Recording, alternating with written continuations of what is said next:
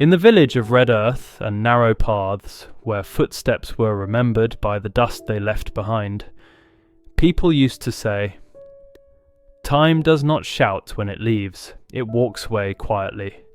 It does not warn, it does not argue, it does not wait to be noticed. It simply passes while people are busy saying later." Kamal did not understand this. He thought time was patient, that tomorrow always arrived, that moments could be borrowed and returned. But one day, without anger or noise, time walked past him and never looked back.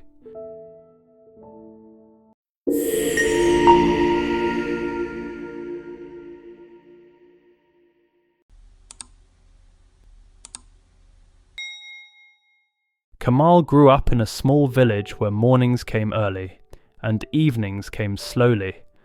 Roosters announced the day, smoke rose from cooking fires, and elders sat outside, counting years with their memories.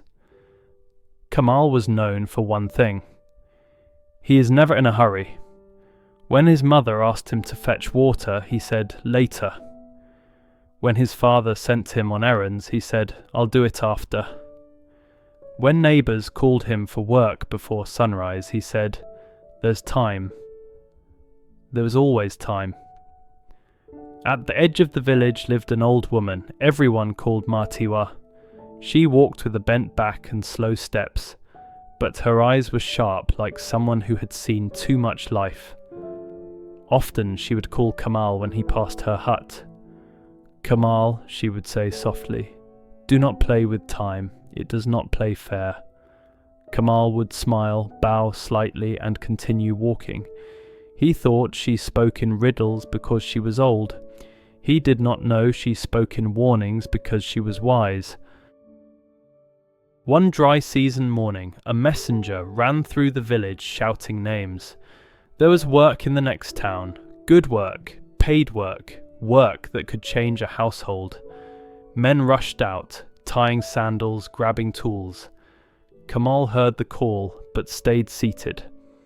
"I'll go after I eat," he said. "They won't leave without me." Matewa stood outside her hut and watched him. "Kamal," she said, louder this time, "some chances come once. Eat later." He laughed and said, "Matewa, there will always be time for me." By the time Kamal reached the gathering place, the dust had already settled. The men were gone. That evening he sat outside his house, angry not at himself, but at fate. Matewa passed by and said nothing. She did not need to. Time had already spoken once. Weeks later, Kamal's father fell ill. It was not sudden. It was the kind of sickness that gives warnings. "Kamal," his mother said, "go to the next village, call the healer." Kamal looked at his father, breathing slowly on the mat.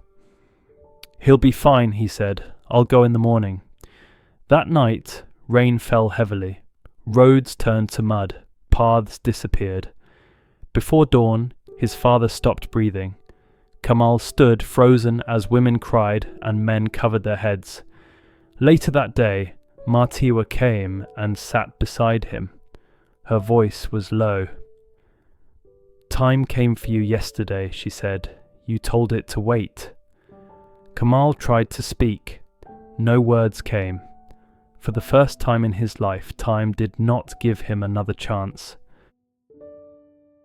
Years passed. Kamal became quieter, faster, more deliberate. People noticed he no longer delayed. He moved when something needed to be done. He arrived early, he acted quickly. One evening he visited Matewa. "I understand now," he said. She nodded. Kamal learned that time does not announce its importance. Time does not explain its deadlines. Time does not return what it takes. Time punishes delay more harshly than failure. He learned that regret is born when action arrives late. And he learned that valuing time is not about rushing. It is about respecting moments before they disappear. Matewa died not long after. but her warning lived on in him. If you are listening to this, time is still standing near you. Not in a hurry, not making noise, just waiting to see what you will do. Do not tell it to wait. Do not assume tomorrow is promised. Do not delay what matters. Do not postpone what your heart already knows needs action.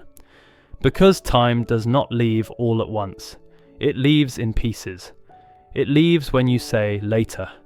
It leaves when fear asks you to wait. It leaves when comfort convinces you there is no rush. Speak while you can.